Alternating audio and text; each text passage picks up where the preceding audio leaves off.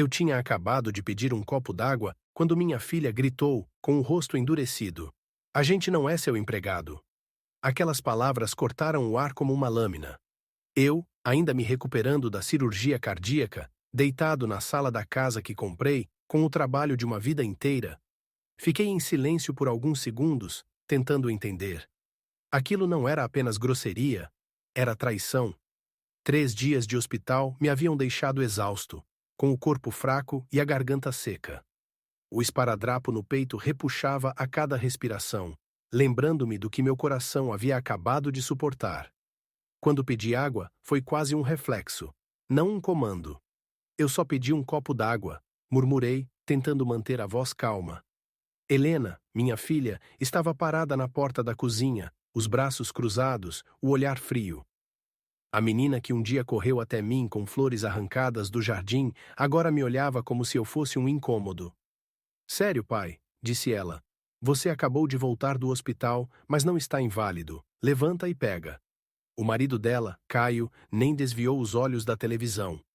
O controle remoto repousava em seu colo como um símbolo de poder. Uma risada enlatada ecoava do programa, contrastando com o silêncio pesado da sala. "A cozinha está logo ali", ela completou com desdém. A luz do entardecer refletia na aliança dela, lançando brilhos dourados pelo ambiente. Aquela aliança que eu mesmo ajudara a apagar. Respirei fundo e tentei me levantar. O corte da cirurgia queimou, uma dor aguda rasgou o peito. O mundo girou por um instante e precisei segurar no braço da poltrona. "Calma aí, pai", Helena disse sem emoção. "Não vai querer cair e dar mais trabalho pra gente." "Mais trabalho?" As palavras ecoaram dentro de mim. Desde quando cuidar do pai que deu tudo por ela era um fardo? Quantas vezes fiquei acordado noites inteiras ao lado da cama dela com febre, trazendo água, remédios, orações. Mas agora eu era apenas um estorvo. Dei o primeiro passo em direção à cozinha, com o corpo inteiro protestando. Cada movimento parecia um lembrete cruel da fragilidade que a cirurgia havia deixado. Atrás de mim, ouvi Caio comentar, com o mesmo tom debochado de sempre: "Tá agindo como se tivesse morrido e voltado. Foi só uma cirurgiazinha no coração." Cirurgiazinha. Eu tinha parado 2 vezes na mesa de operação. O médico dissera que meu caso beirara o milagre, mas ali, diante dos dois, parecia que nada disso importava. Cheguei até a pia e apoiei as mãos no granito frio. A textura dura me deu equilíbrio e um pouco de dignidade. Peguei um copo, enchi com água da torneira. A água tinha gosto amargo, não pelo cloro, mas pela humilhação. Quando me virei, vi os dois me observando. Helena com impaciência, Caio com tédio. Pareciam estranhos. E talvez fossem. Voltei lentamente para a poltrona, cada passo medido. O corpo doía, mas a mente já começava a se mover em outra direção. Uma que envolvia planos, não lamentos. O sol descia atrás das janelas, alongando as sombras pela sala. Dentro delas, algo começava a tomar forma. Sentei-me, bebi um gole e deixei o gosto amargo descer pela garganta. Misturado à dor, havia algo novo, uma centelha de satisfação perigosa. Eles não tinham ideia do que estavam prestes a perder. Subi para o quarto, um deserto de passos lentos e respiração curta. As fotos nas paredes pareciam me observar, imagens de uma família que já não existia. O quarto, onde eu e Clara, minha falecida esposa, dividíamos sonhos e planos, agora era apenas um refúgio. Deitei-me com cuidado. O corte latejava, mas a ferida emocional era mais profunda. "Não somos seus empregados." As palavras ecoavam. Lembrei do dia em que comprei esta casa. 5 anos antes, depois que Clara morreu. Usei o dinheiro do seguro de vida dela, R$ 1.700.000, para dar a Helena e Caio um começo digno. Eu mesmo tinha assinado a escritura no cartório do centro do Rio. Lembro da voz de Helena naquele dia. "Pai, é demais. A gente não pode aceitar." Mas insisti. "Família cuida de família, filha. Sua mãe queria isso." Caio apertou minha mão, prometendo que eu sempre teria um lar ali, que cuidariam de mim quando a idade pesasse. Promessas, descobri, valem menos que silêncio. Agora deitado na cama que um dia compartilhei com Clara, percebia a ironia. Eu havia dado tudo: casa, carro, segurança. E em troca, não merecia nem um copo d'água. Meu olhar caiu sobre o cartão do advogado, guardado no criado mudo. Miguel Oliveira, advogado. O mesmo homem que cuidara da doação da casa. Um profissional sério, desses que acreditam que justiça ainda tem peso. Sentei-me com esforço e peguei o telefone. Havia opções. Legais, concretas. Na manhã seguinte, o ar tinha cheiro de decisão. Liguei para o escritório às 8 horas em ponto.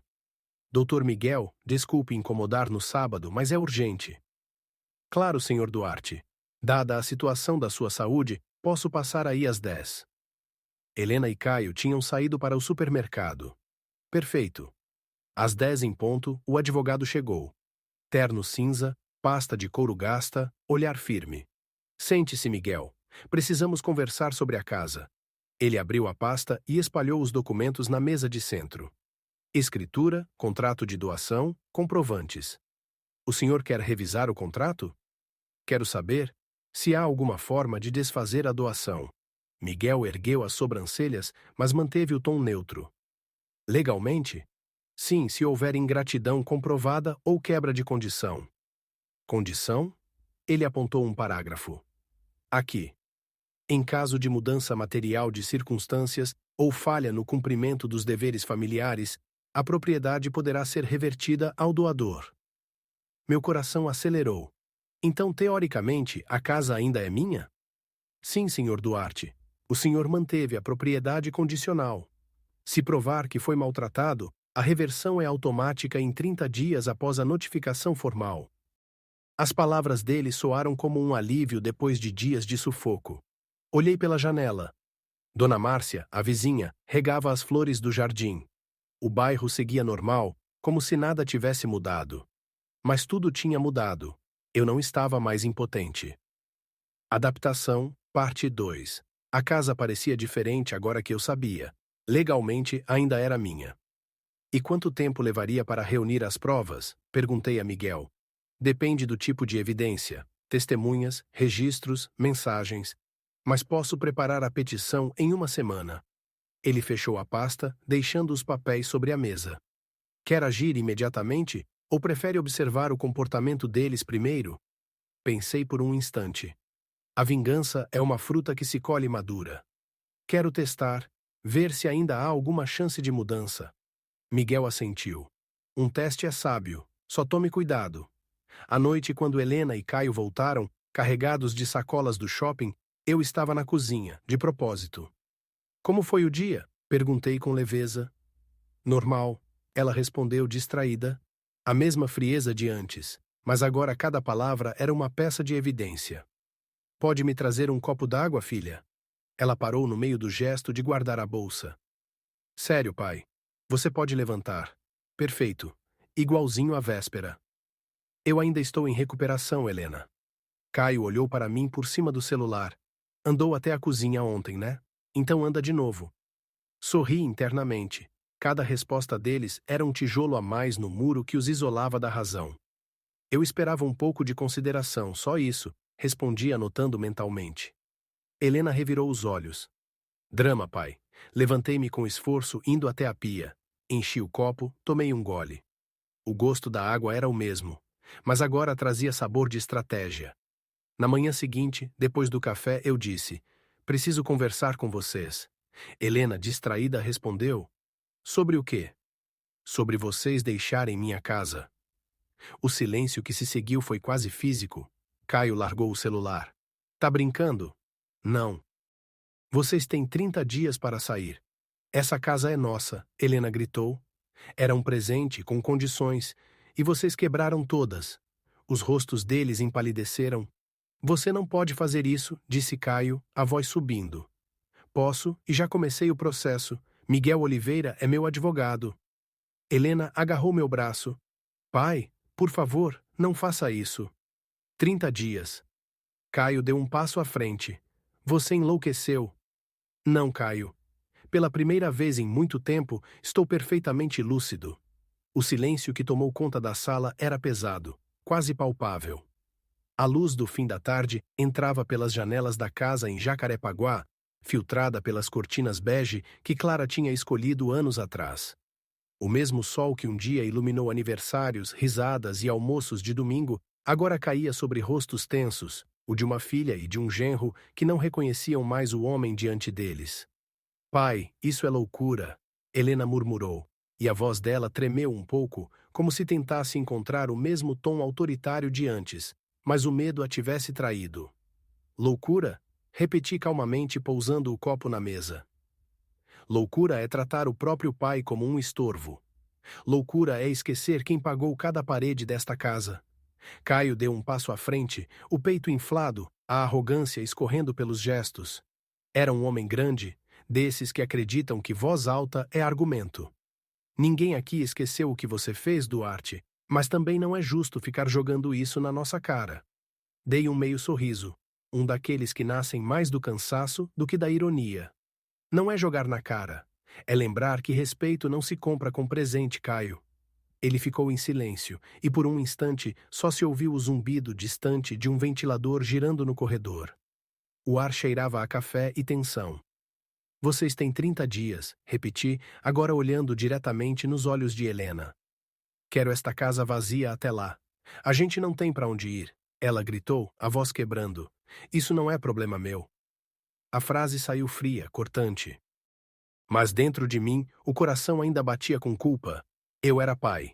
E pais são feitos de contradições. Helena se jogou no sofá, cobrindo o rosto com as mãos.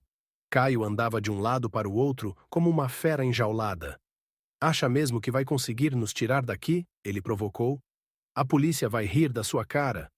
Já falei com meu advogado.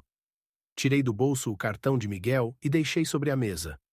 Em breve vocês vão receber a notificação oficial. A mudança no rosto deles foi imediata. A ameaça havia deixado de ser palavra e se tornara fato. Mas o que aconteceu em seguida não foi o que eu esperava. Caio deu um passo brusco, arrancou o celular do meu bolso. Chega de palhaçada. Você vai se acalmar, seu velho maluco. Helena se aproximou, o rosto vermelho, os olhos duros. Pai, você não está bem. Está nervoso por causa da cirurgia. A gente vai trancar a porta do quarto para você descansar. Não façam isso. Mas já era tarde. Eles me empurraram com cuidado forçado até o corredor. A porta do quarto bateu atrás de mim com um clique seco. O som da chave girando do lado de fora ecoou como sentença. Toquei a maçaneta. Trancada. Testei de novo. Nada. Por alguns minutos fiquei ali, parado, olhando para a janela. O quarto cheirava a desinfetante e solidão. O coração martelava dentro do peito como se quisesse romper os pontos da cirurgia. A janela dava para o quintal dos fundos, onde o vizinho, seu João Batista, costumava regar as orquídeas todas as tardes. Abria com esforço. O ar noturno de abril invadiu o quarto, quente e úmido como é típico do Rio. João! Chamei, a voz rouca. João, me ajuda! Ele ergueu o rosto assustado. Seu Duarte? O que foi, homem? Eles me trancaram aqui dentro. Minha filha e o marido dela. Chamam a polícia, por favor. Vi o espanto tomar conta do rosto dele. Trancaram? O senhor tá machucado? Só no orgulho. Tentei rir, mas a garganta falhou. Só liga pra polícia, rápido. Vi quando ele pegou o celular, ainda olhando para mim como quem não acredita no que ouve. Tá bem, tô ligando, gritou. Ouvi o som abafado da conversa com o 190. Ele repetia o endereço. Rua das Palmeiras, 217, e explicava o que estava acontecendo. Minutos depois, Helena abriu a porta do quarto. O rosto dela era uma máscara de falsa preocupação. Pai, o que o senhor está fazendo? Esperando a polícia? Ela empalideceu. Polícia? Por quê? Antes que eu respondesse, a campainha tocou. O som soou como redenção. 2 policiais entraram. Um homem de uns 40 anos e uma mulher mais jovem, de semblante firme. Boa noite. Recebemos uma denúncia de possível confinamento. Helena sorriu com doçura ensaiada. Deve ter havido um engano, seu policial. Meu pai acabou de sair de uma cirurgia. Ele está confuso. A raiva subiu quente na minha garganta. Confuso é o diabo. Eles me trancaram no quarto e pegaram meu celular. Os policiais trocaram olhares. A mulher, Sargento Camila, me encarou com seriedade. Senhor Duarte, o senhor confirma que foi impedido de sair do quarto? Sim, e posso provar. Pai, por favor. Helena se aproximou teatral. Você deixou o celular na cozinha, lembra? Ela o tirou do bolso e o mostrou, mentindo com naturalidade assustadora. Os policiais fizeram mais perguntas. Tudo parecia um teatro grotesco, e eu era o único que não tinha ensaiado o papel. Quando foram embora, não me restava dúvida. Eles acreditaram nela. A casa mergulhou num silêncio denso. Helena e Caio ficaram na sala, cochichando. Eu voltei para o quarto, agora novamente trancado. Dessa vez, porém, o medo cedeu lugar à determinação. Olhei para a janela. 15 pés de altura, uns 4,5 metros. Lá embaixo, o canteiro de hortênsias. Melhor cair tentando do que morrer preso. Abri a janela. O ar quente da noite me envolveu. Coloquei uma perna para fora, depois a outra. O corpo protestava. O corte da cirurgia queimava como fogo, mas eu pulei. O impacto me fez ver estrelas. Fiquei deitado por alguns segundos, respirando fundo, tentando descobrir se ainda estava inteiro. Depois me levantei, lentamente. Atravessei o quintal, contornando o carro deles e evitando o sensor de movimento. Cada passo era um desafio, o coração pulsando, o peito doendo, o suor frio escorrendo pelas costas. Encontrei a chave reserva debaixo do tapete da varanda, como sempre fazia. Abri a porta com cuidado. A casa, que há pouco fora minha prisão, agora era meu campo de batalha. Helena e Caio riam na sala, acreditando que eu estava derrotado. Peguei os documentos no criado mudo. A escritura, o cartão de Miguel, as anotações da conversa. Depois sentei-me e respirei fundo. Eles acham que venceram, mas amanhã o jogo muda. Adaptação, parte 4. Na manhã seguinte, o céu estava limpo e o ar tinha aquele cheiro metálico de cidade grande depois da chuva. Peguei um táxi e fui até o centro, até o escritório de Miguel. O prédio antigo na Rua do Ouvidor tinha paredes de mármore e cheiro de café coado. Miguel me recebeu com o mesmo terno de sempre e uma expressão de sincero espanto ao me ver ali, de pé. Senhor Duarte, o senhor não devia estar se esforçando tanto. Ainda se recupera de uma cirurgia, não é? Mais do que recuperação, doutor. Estou em guerra. Contei tudo. O confronto, o quarto trancado, a visita da polícia. Cada detalhe. Miguel ouvia em silêncio, as sobrancelhas franzidas. Eles manipularam os policiais? Perguntou incrédulo. Como se tivessem ensaiado. Então, não há mais dúvida. Vamos agir imediatamente. Ele abriu o notebook e começou a digitar. As teclas faziam um som ritmado, quase reconfortante. A lei é clara, Sr. Duarte. Ingratidão grave revoga a doação. E o que o senhor descreveu é mais do que ingratidão. É abuso. Aquelas palavras me devolveram algo que eu achava ter perdido. Dignidade. E o que fazemos agora? Primeiro notificamos. Eles terão 72 horas para deixar o imóvel. Se não cumprirem, entramos com ação de reintegração de posse. 72 horas, repeti saboreando o número, 3 dias, mas a força do impacto será imediata.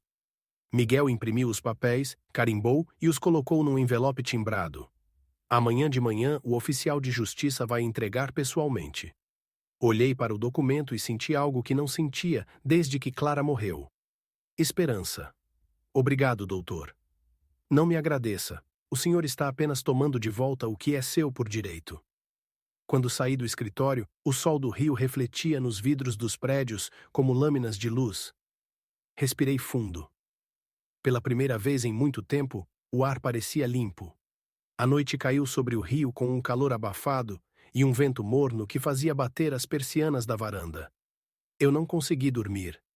O som distante de carros na avenida, os latidos de um cachorro, o zumbido das lembranças, tudo se misturava. Sobre a mesa de jantar estavam os papéis assinados, o envelope lacrado com o selo de Miguel Oliveira e, ao lado, o cartão com o telefone dele. No dia seguinte, um oficial de justiça entregaria as notificações. Mas eu queria estar presente. Queria ver o momento exato em que Helena e Caio perceberiam que o império de arrogância que construíram desabava. Pensei em Clara, na última noite antes de ela partir, quando segurou minha mão e disse com voz fraca: Promete que vai cuidar da Helena, que vai garantir que ela tenha um lar seguro. Prometi. E cumpri. Mas o que eu não sabia é que às vezes o amor de pai é a pior armadilha. A gente entrega tudo e espera que o outro entenda. Eles não entenderam. Na segunda-feira, acordei cedo, antes do sol nascer. Tomei banho, vesti uma camisa limpa, calcei os sapatos sociais que Clara gostava. O espelho refletia um homem cansado, com olheiras fundas, mas os olhos, os olhos, brilhavam de uma lucidez fria. Às 9 em ponto, a campainha tocou. O oficial de justiça, um homem jovem, de terno amarrotado e semblante impaciente, segurava a pasta com as cópias das notificações. O senhor Duarte Ferreira? Sou eu. Ele entregou os documentos, pediu assinatura e disse com formalidade: as notificações serão entregues hoje ainda. O prazo começa a contar imediatamente. Assinei. O som da caneta riscando o papel soou como uma sentença final. Esperei. Por volta das 11, ouvi o carro deles na garagem. Helena entrou primeiro, o perfume caro invadindo o ar. Caio veio logo atrás, mascando chiclete, o celular colado ao ouvido. Helena, Caio, preciso que venham até aqui, disse firme da sala. Eles se entreolharam, desconfiados. Quando viram o envelope sobre a mesa, senti o ar mudar. O riso morreu no rosto deles. O que é isso? Perguntou Helena. Leiam. Caio rasgou o lacre, os olhos percorrendo as linhas com crescente espanto. Notificação de revogação de doação por ingratidão grave. Leu em voz alta, a voz dele vacilando. Helena empalideceu. Você está nos expulsando? 72 horas. Cruzei as mãos, sem desviar o olhar. Tem até quinta-feira para sair. Isso é uma piada. Caio largou o papel sobre a mesa. Você não pode fazer isso. Posso. E fiz. Helena se sentou devagar, como se as pernas não a sustentassem. A xícara de café que ela segurava tremia. Pai, por favor. A gente errou. Estávamos nervosos por causa da cirurgia, mas não quisemos te magoar. Não é mais sobre magoar. É sobre respeito. Caio deu um passo à frente, o rosto contraído de raiva. Vai mesmo deixar a própria filha na rua? Olhei para ele com calma. Você devia ter pensado nisso antes de trancar o sogro num quarto. A expressão dele mudou. Raiva, medo, incredulidade, tudo misturado. Helena chorava agora, o rosto nas mãos.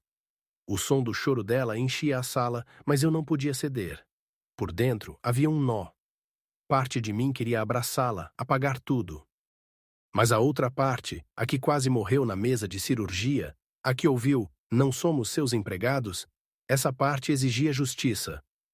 3 dias, repeti, e subi para o quarto. Adaptação, parte 6. Os dias seguintes se arrastaram lentos, pesados como o ar úmido do outono carioca. Helena evitava me encarar. Caio passava o tempo trancado no quarto, fazendo ligações, tentando arrumar um novo lugar. A cada barulho de fita adesiva ou caixa sendo arrastada, eu sentia uma parte de mim relaxar, como se cada móvel empacotado fosse também um pedaço da amargura indo embora.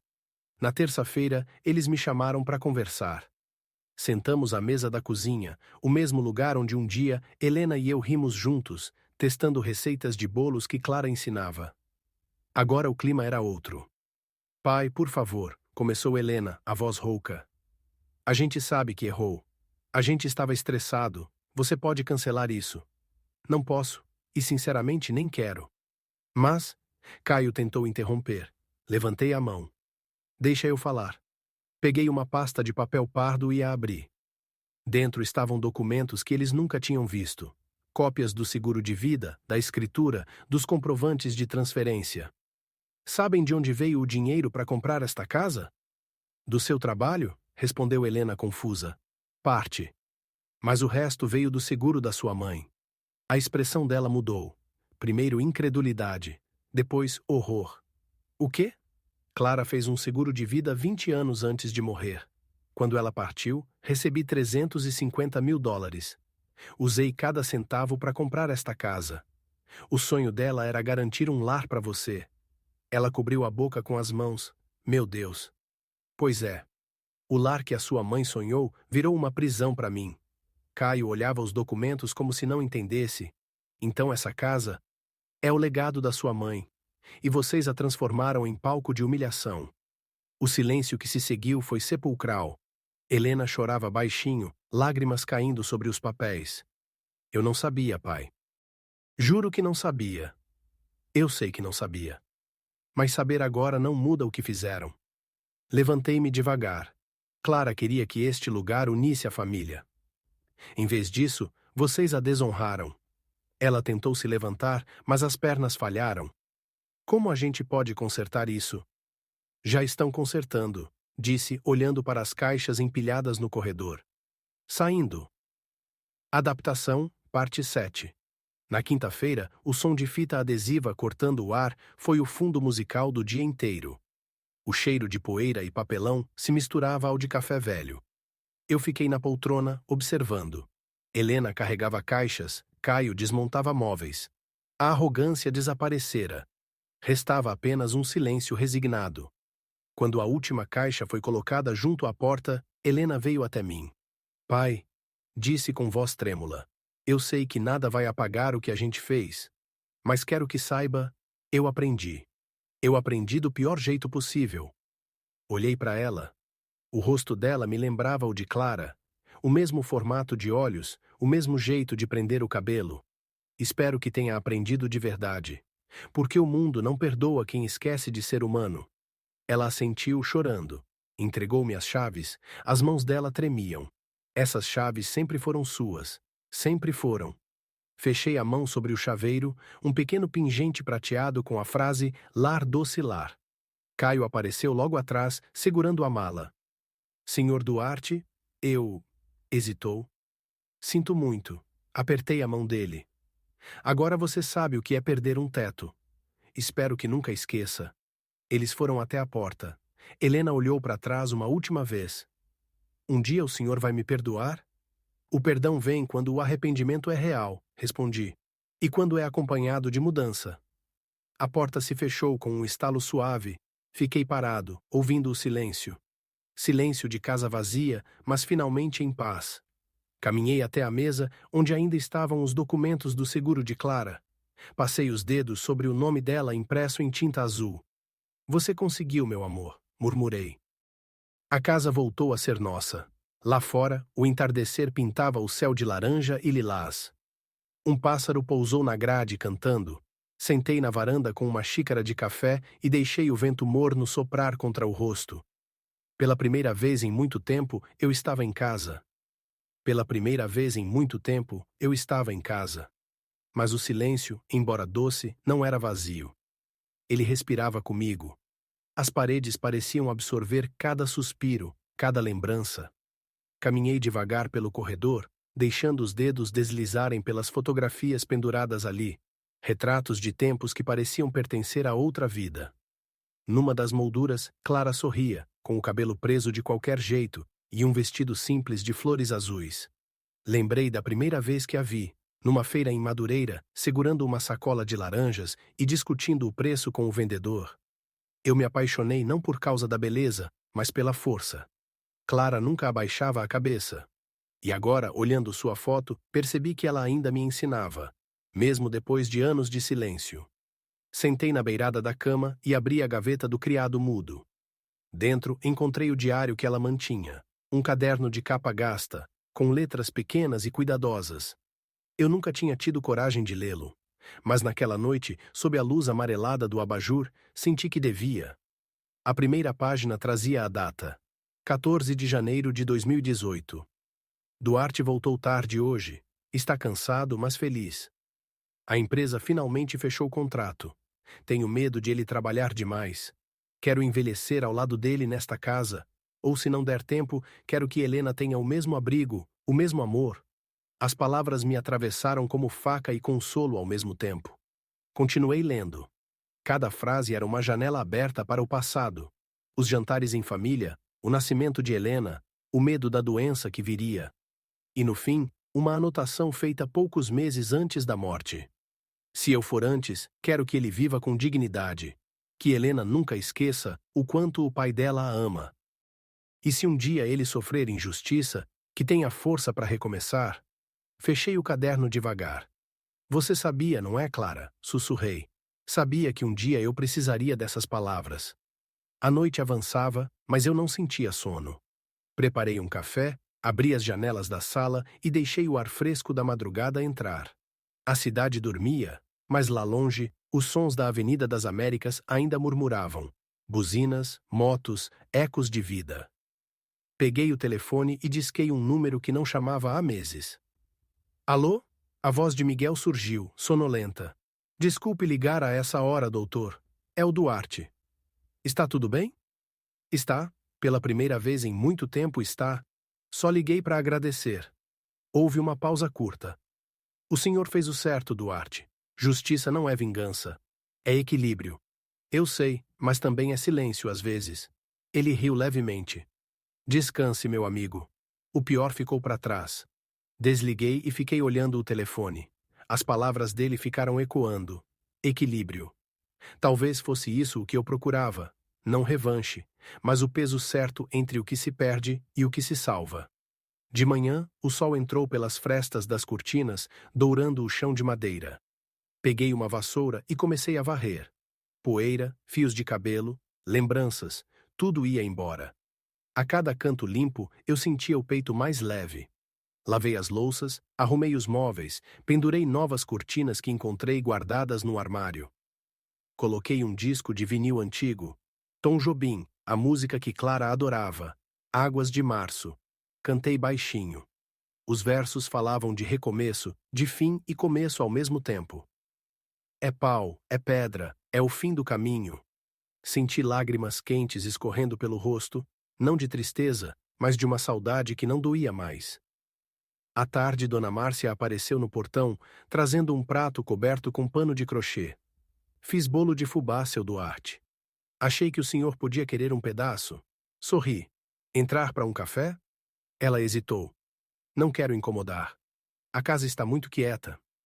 Incomoda mais o silêncio do que uma visita. Sentamos na varanda. O cheiro do bolo e do café fresco se misturava ao som distante de crianças brincando na rua. Dona Márcia comentou. Vi sua filha saindo com o marido. Cara de quem levou uma lição e tanto. Às vezes é preciso perder para entender o valor do que se tem. Dei um gole no café. Acho que agora ela entende. Ficamos em silêncio por um tempo. O sol começava a cair, tingindo o céu de laranja. O senhor parece outro homem, disse ela. Sorri de leve. Talvez porque eu finalmente voltei para casa. Depois que ela foi embora, sentei novamente na poltrona e fechei os olhos. A casa respirava comigo, viva, tranquila, serena. E pela primeira vez em muitos anos, não senti falta de nada.